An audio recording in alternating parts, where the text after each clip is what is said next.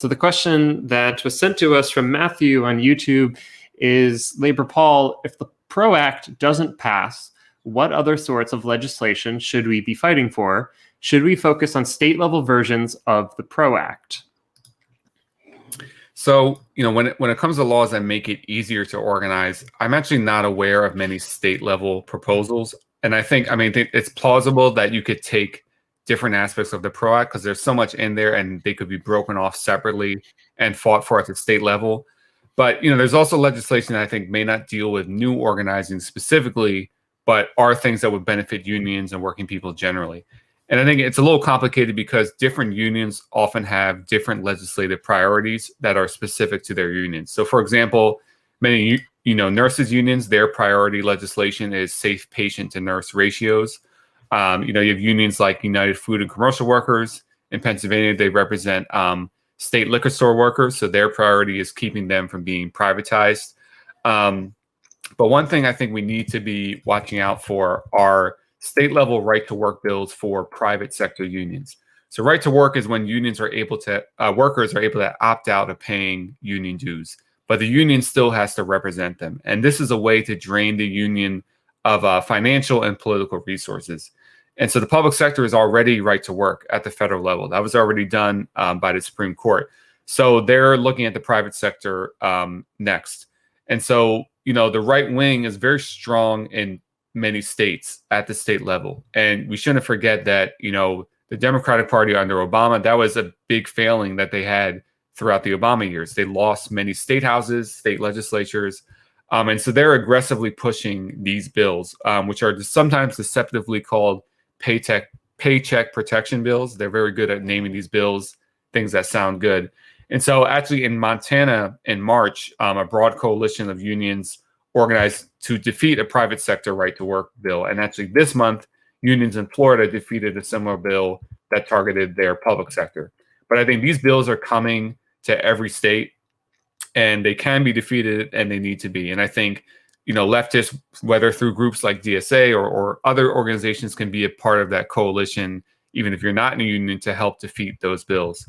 And I think there's also legislation that's geared towards non-union workers.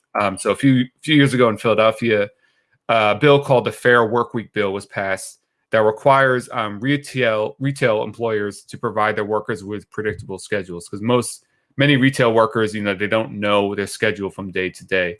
There's also just cause legislation, and a lot of times that's one on the municipal level. I think it could also be one on the state level that makes it harder for employers to fire people just for any reason. And again, this more applies to non-union workers, because if you're unionized workers, there's usually a due process system set up to prevent that. So I think what legislation you focus on may depend on what unions in your area are working on, or what is a big issue in your area. But I think, even if the PRO Act does not pass this time around, we need to keep that front and center at the federal level. We should see this as a similar way as we're fighting for Medicare for all. We know we're not going to pass it this year, but we need to keep that front and center and keep on pressuring lawmakers on it. And I think we should think about it this way: like, campaigning for the PRO Act could set up an interesting primary challenge for a left candidate. Because one thing we've seen with a lot of these new left candidates, and I'm not even saying this to criticize them in any way, is that a lot of them have come without much support of organized labor. And just think about, if you are pressuring a Congress person in a certain area and are not budging on the PRO Act, this could set up a left candidate who has the backing of labor, that has worked seriously on this campaign, to do a primary challenge and introduce a new dynamic of a real leftist campaigning who has organized labor support from the beginning. But Kay, I don't know if you have thoughts on other labor law that we should be looking at. Yeah, well, I think just to start with the PRO Act, I think it's an incredible first step as far as the left kind of being reoriented towards labor and the labor movement. That, like you're saying, the point you just made about, like, it could be, kind of raw matter to push for a left challenge or a left campaign, I think is exactly right. That the PRO Act, like Medicare for All, is like the perfect political priority, the perfect political policy that we can use in our efforts to, draw really clear distinctions between those who are pro-labor and those who are not friends of labor, who are actively trying to destroy labor organizing and labor unions. So I think it's going to be useful in the future, moving forward to regardless of what the actual timeline is with its passage to for the left to kind of stay focused on something like the PRO Act and to see how far that gets us. That I think this is a really useful means of drawing those battle lines and of kind of bringing people to our side, in our fights.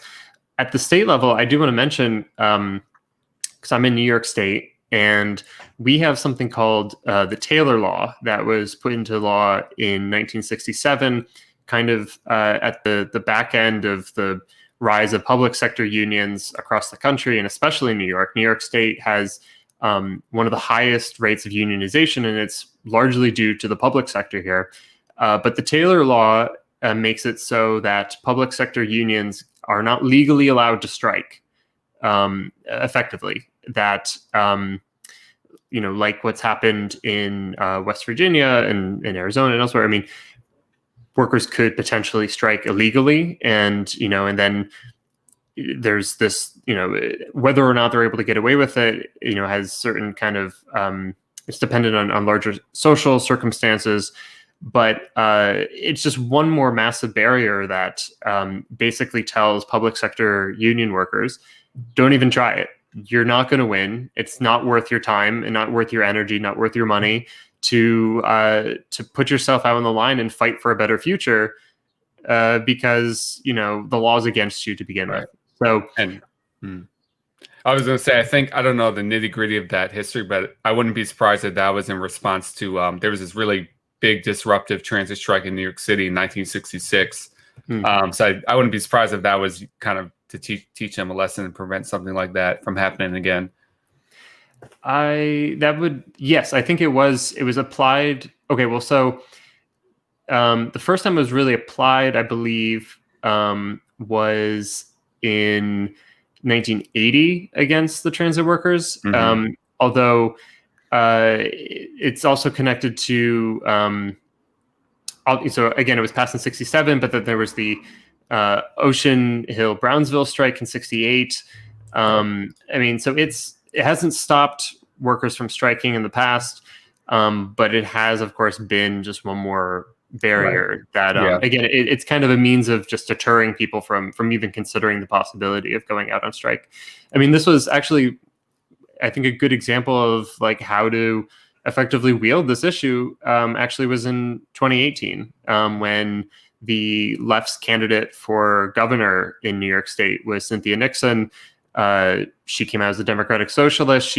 When she was on the debate stage with Andrew Cuomo, they sparred on this question of the repealing the Taylor Law. And Cynthia said very forcefully, like, if I'm governor, we are repealing the Taylor Law.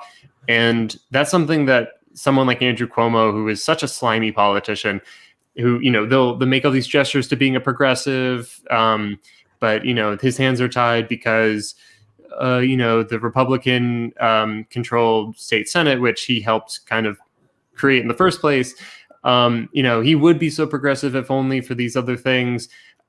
He can't ever come out in favor of repealing the Taylor Law.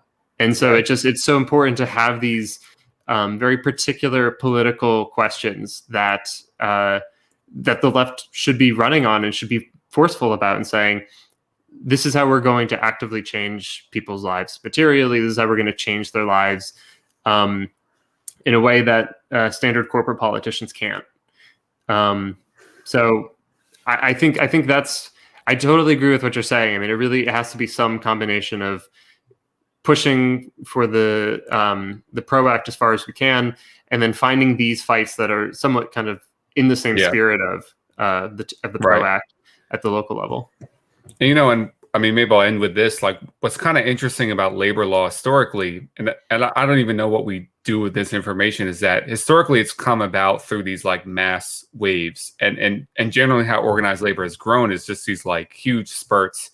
It's rarely been incrementally, and I always say that, like, for years, public sector workers it was illegal to join a union and illegal to strike, and they did it by just striking and breaking the law. And then they were like, okay, fine, you can be in a union and you can strike. And so it just raises an interesting dilemma of, and I'm not saying this to say we should not be lobbying for the PRO Act, but often these breakthroughs in labor law come through these very kind of rare, explosive situations. And it's kind of hard to imagine, how do you plan for that? How do you still lobby for labor law when that kind of thing is not happening? You know, I don't have answers. That's kind of an open question.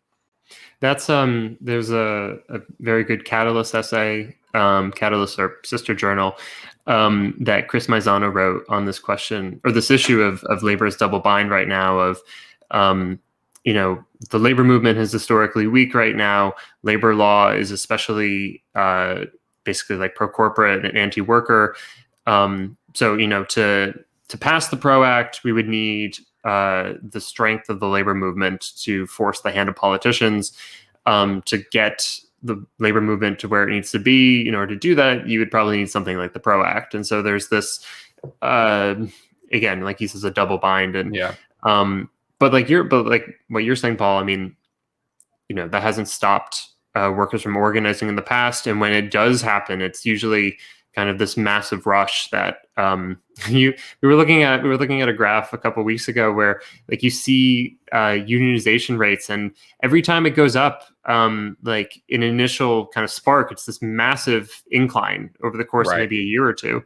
And so, you know, it's like you're saying, it's really hard to predict what will be the catalyst to generate that result, but it has happened in, you know, pretty awful circumstances in the past. And so I think we do our best to kind of, you know, spur on those moments and to support labor action when we can.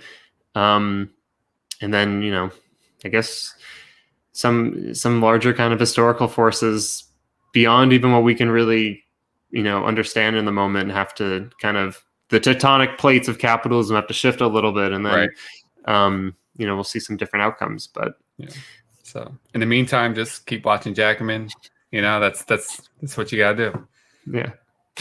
Well, thank you for answering that question. And again, if people have questions, please just send your questions in the live chat or in the comments. I see a couple already, and yeah, give us the hashtag LaborPaul so that we can more easily find it. We'll still try to hunt a little bit, but it'd be nice to give us that little extra help right there. Right. And I just hope if there is a superhero movie, there's a place for LaborPaul, you know.